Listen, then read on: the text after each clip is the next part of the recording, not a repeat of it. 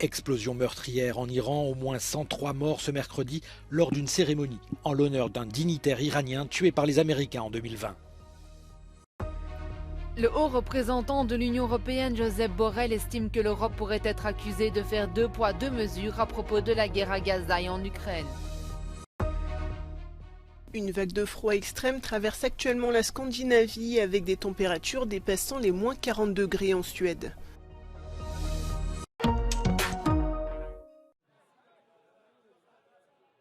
En Iran, 2 explosions ont fait ce mercredi au moins 103 morts et 170 blessés. Les explosions ont eu lieu à Kerman, au sud-est du pays, lors d'une cérémonie en l'honneur du général assassiné Qassim Soleimani. Ce dignitaire iranien avait été tué il y a 4 ans en Irak par un drone américain sur ordre de Donald Trump. Qassim Soleimani était le chef de la force d'élite des gardiens de la Révolution. À ce stade, l'origine des explosions n'est pas encore établie. Cette attaque intervient au lendemain d'une cérémonie similaire à Bagdad, en Irak, pour y signer le deuil d'un commandant adjoint des forces irakiennes soutenu par l'Iran, qui avait été tué au même moment que le général iranien.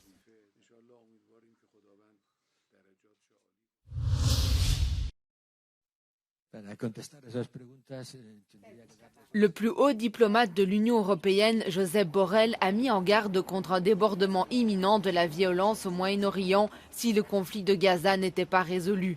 Cette mise en garde intervient au lendemain de la mort du numéro 2 du Hamas lors d'une attaque de drone dans la capitale libanaise Beyrouth.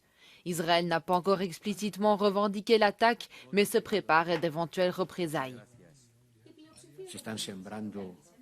Las raíces del odio y si esa tragedia no se acaba pronto, mucho me temo que todo Oriente Medio se va a ver envuelto en llamas. La tension monte également en mer Rouge où des navires commerciaux internationaux ont été attaqués par les rebelles Houthis soutenus par l'Iran. Les États-Unis et certains pays européens ont envoyé des navires de guerre et des officiers dans la région en réponse à ces attaques, tandis que l'Iran a également dépêché sa propre frégate, signe d'une aggravation des tensions. Lors d'une conférence à Lisbonne, Josep Borrell a déploré l'incapacité de l'Europe à appeler un cessez-le-feu à Gaza, avertissant contre le risque de compromettre l'unité de l'Union. No hemos sido capaces dentro del Consejo Europeo de llegar a una posición unánime para defender un alto el fuego.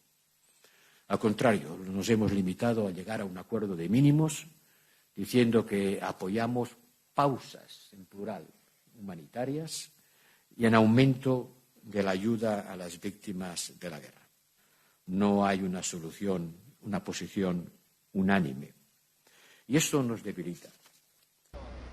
La majorité des États membres de l'Union européenne ont voté en faveur d'un cessez-le-feu à Gaza lors de l'Assemblée générale de l'ONU en décembre. Toutefois, certains des 27 pays de l'Union craignent qu'un appel commun de l'Europe en faveur d'un cessez-le-feu ne porte atteinte au droit d'Israël à l'autodéfense. Josep Borrell a averti que l'Europe pourrait être accusée de faire deux poids deux mesures dans sa réponse aux deux guerres en Ukraine et à Gaza. La posición clara y firme de Europa frente a la guerra en Ucrania no es compartida por muchos países del mundo que inmediatamente nos acusan de tener principios de geometría variable, o eso que llaman double standards. Y creo que sin cerrar los ojos, sin taparse la nariz, es difícil no afrontar esta contradicción. Certaines nations de l'Union européenne comme la Belgique, l'Irlande et l'Espagne ont publiquement appelé à un cessez-le-feu, mais il n'y a toujours pas de consensus parmi les 27 pays membres.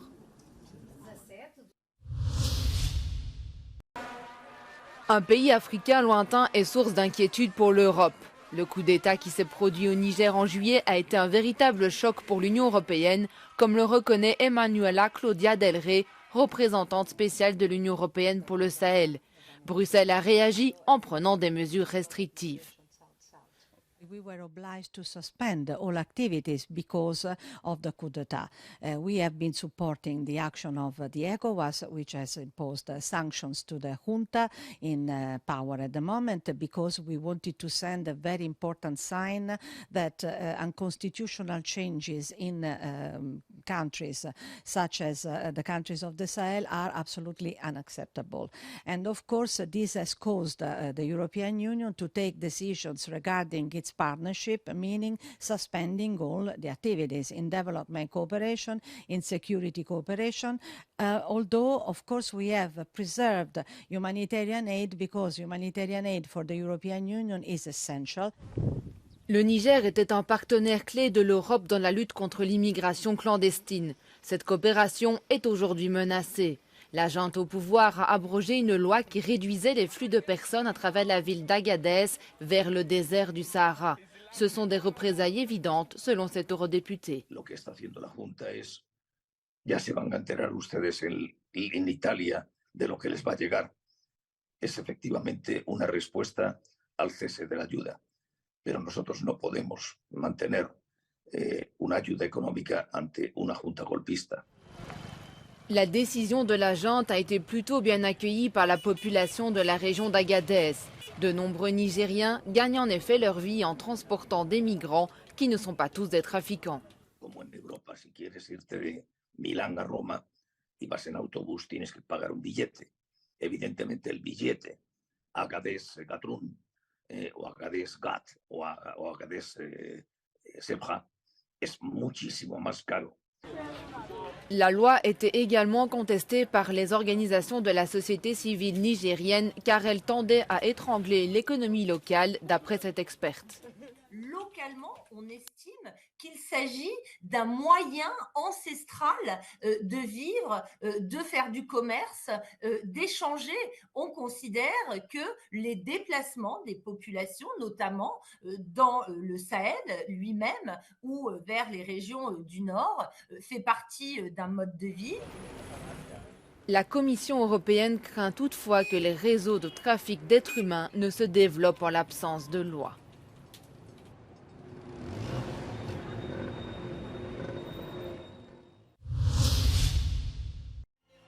Donald Trump a fait appel mardi d'une décision qui lui interdit de se présenter à la prochaine présidentielle dans l'État du Maine en raison de son rôle présumé dans l'assaut du Capitole le 6 janvier 2021. L'ex-président américain affirme qu'il n'était pas un fonctionnaire du gouvernement, comme le stipule l'amendement constitutionnel cité par l'accusation. La démocrate Sheena Billows est devenue la première secrétaire d'État de l'histoire à interdire à un ex-président de se présenter en vertu de l'article 3, rarement utilisé, du 14e amendement américain. Le constructeur chinois BYD a détrôné son rival américain Tesla en livrant davantage de véhicules électriques dans le monde. Mardi, Tesla a déclaré avoir vendu 484 507 véhicules électriques au quatrième trimestre 2023, alors que son concurrent BYD en a vendu à la même période 525 409. En revanche, le constructeur américain Tesla a devancé BYD sur l'ensemble de l'année et a livré environ 1,81 million de véhicules électriques à travers le monde. La Scandinavie est actuellement touchée par une vague de froid extrême. La barre des moins 40 degrés a été franchie pour la première fois cet hiver, avec par exemple moins 43,6 degrés au nord de la Suède, un record inégalé depuis 1999. Des écoles ont dû fermer et les trains électriques ont été mis à l'arrêt. Man är ju van med kyla, men när det kryper ner under 40 då tycker även jag att det blir kallt. La Norvège n'est pas épargnée non plus par cette vague de froid, avec des chutes de neige et des températures autour de moins 30 degrés. Si les automobilistes norvégiens ont été invités à éviter les déplacements inutiles, c'est aussi le cas au Danemark, où il est prévu jusqu'à 70 cm de neige dans certaines zones du pays. Ce froid, qui va se maintenir encore quelques jours, va s'installer dans d'autres parties de l'Europe, notamment en France, à partir de ce week-end.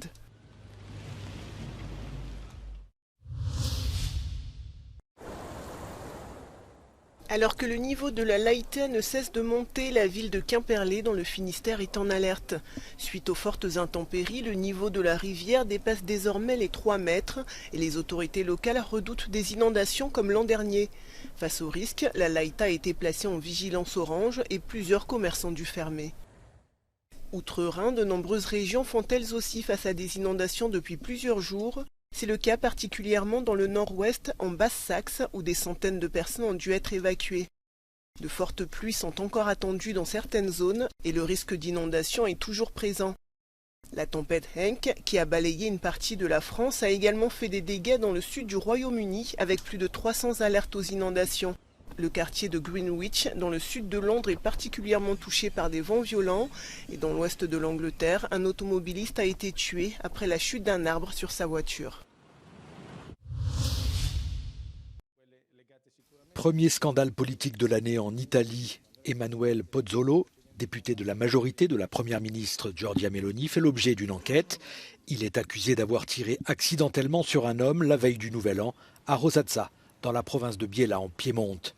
Le député a été mis en examen pour coups et blessures. En attendant les résultats de l'enquête, son arme lui a déjà été confisquée par les carabiniers. Les faits se sont produits lors d'une fête organisée par la sœur d'un ministre de Giorgia Meloni. Quant à la victime, elle n'a pas encore porté plainte.